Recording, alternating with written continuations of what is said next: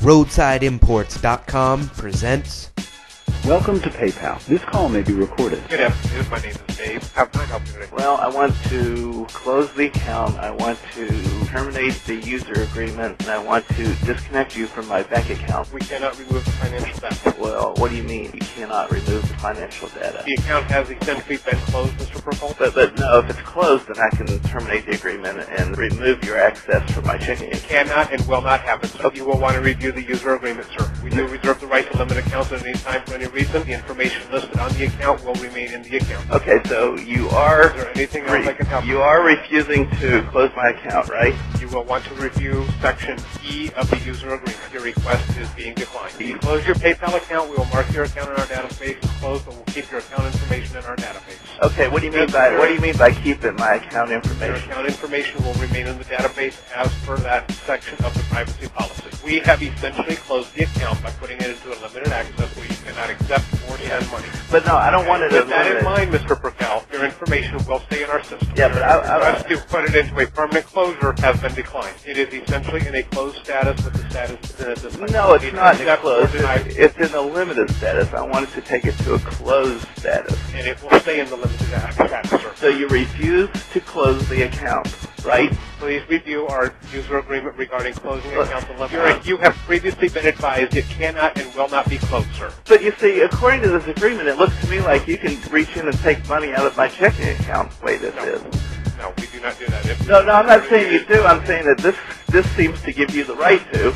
And I don't see if we've conducted all our business and why you can't go ahead and close the account. You know, if I go down to a bank and say I want to close my account, they close the account. And we have determined that it is in both of our mutual interests that we no longer do business together. That in mind, for security of the system, your account access has been limited. Okay, look, we have agreed that it is in our interest to not do business anymore, and you've said... With that in mind, we have taken steps to limit the access to your account to prevent use of your account. Your account has been limited. It will stay in the status it's in. It cannot and will not be closed for security purposes. Oh, It will remain in the limited status. What's the security purposes that it needs to be kept? You will want to review our privacy policy in the user agreement. Put it bluntly for you, Mr. Patel. We don't want you as a customer.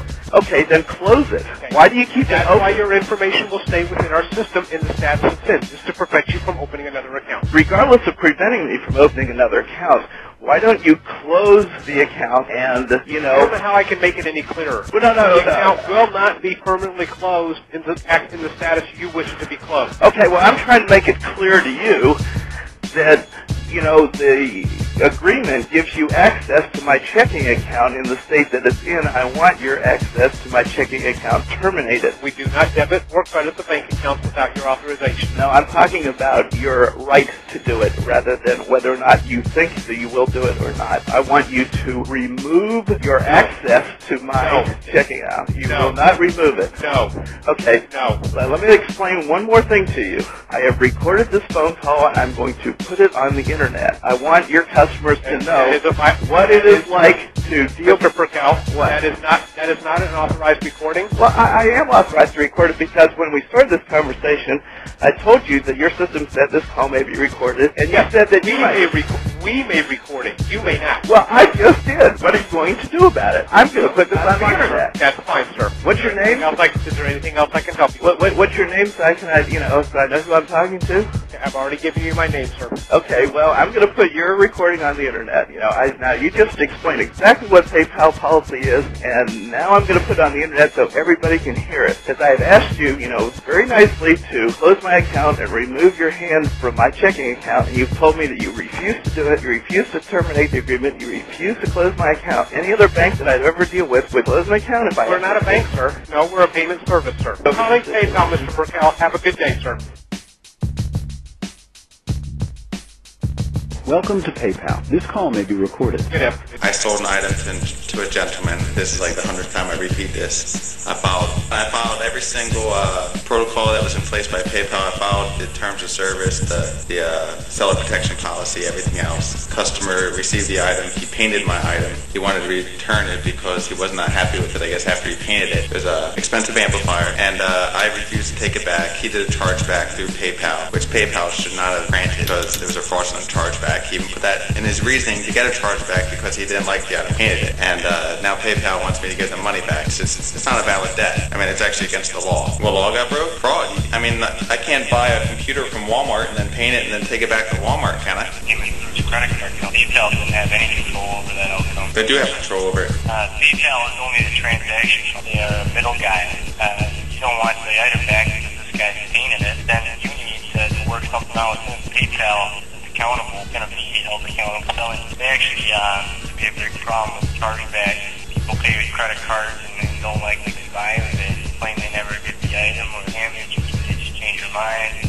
Maybe they want to rip you off. I mean, there's multitude of possibilities there, but in either case, no matter what that mission is, when you accept a credit card payment through PayPal, you have to agree to be responsible for that payment if it's reversed because you agree to their terms. You click down their user agreement, which says, I have read and agreed to these terms. I'll explain to you if you like why PayPal cannot control the outcome on a chargeback. PayPal would have, because you're absolutely right, they have seller protection. You could have worked with PayPal to dispute this, but there's a few requirements that are kind of in between that. Like for one, did you respond to this within the first 10 days that PayPal would have notified you email? Yes, I actually won my first dispute with PayPal. They actually... PayPal agreed to you, so that's why he went through his credit card company, right? Yes. PayPal wasn't going to refund them. How can you blame PayPal here? Here's the problem. When the credit card company reverses that payment, PayPal has to refund the credit card company. Right? Not you directly, so what PayPal does, and this is what you agreed to here, is they'll debit your account now. Let me just look on the PayPal system real quick. I'm pretty sure here that because what most people do is they get the money to your PayPal account and it's transferred to your bank account, right? Yes, well, I have one question then. I mean, people are looking for me to refund this money, but where's my amplifier at then that I sold? The buyer has it, and that's the other problem. A lot of people assume PayPal is responsible for the return of the item. PayPal doesn't bring your item from your house to this guy's house. They only do the transaction. And if you want your amplifier back, then you need to contact the buyer and get it for him. What can PayPal do about it? Okay, one more question. PayPal actually sent me an email from PayPal with my full name in it, and they said that they have my item. I had 30 days to get them the money or I lose my item. Well, if PayPal's got your item, pay your balance, get your item back. I know why you're upset the guy painted it. It sounds like your dispute is pretty straightforward here. It's kind of collateralized in a way. Well, in any other instance, I mean, had I have gone out and gotten another credit card processing service for my eBay use, I would have full view of the person's credit card company, etc., that I could contact them. PayPal doesn't afford me that option to do that, which is, again, counterproductive to me because PayPal wants to hold themselves out as a service, but they're of no service to me if they're not going to provide me that information. What info would you need? The name of his credit card company so I could dispute it, because PayPal is supposed to be my service that disputes it for me, but they have not done anything for me. So if they are only a service provider, then they denied this guy's claim, so...